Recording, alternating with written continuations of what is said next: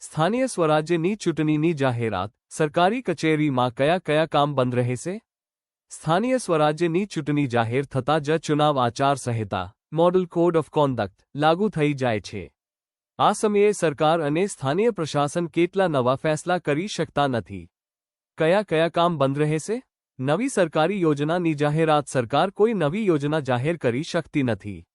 નવા વિકાસના કામની મંજૂરી. રોડ, પાણી, બિલ્ડિંગ જેવા નવા વિકાસના કામની મંજૂરી નહીં આપવામાં આવે. ભૂમિપૂજન અને ઉદ્ઘાટન કાર્યક્રમ. નવા પ્રોજેક્ટનું ભૂમિપૂજન કે ઉદ્ઘાટન નહીં કરવામાં આવે.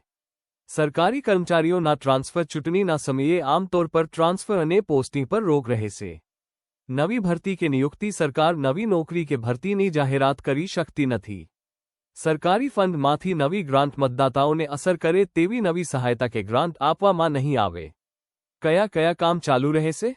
રોજિંદા સરકારી કામ. પ્રમાણપત્ર, દાખલા, નકલ વગેરે પહેલાથી ચાલુ વિકાસના કામ. જરૂરી સરકારી સેવાઓ.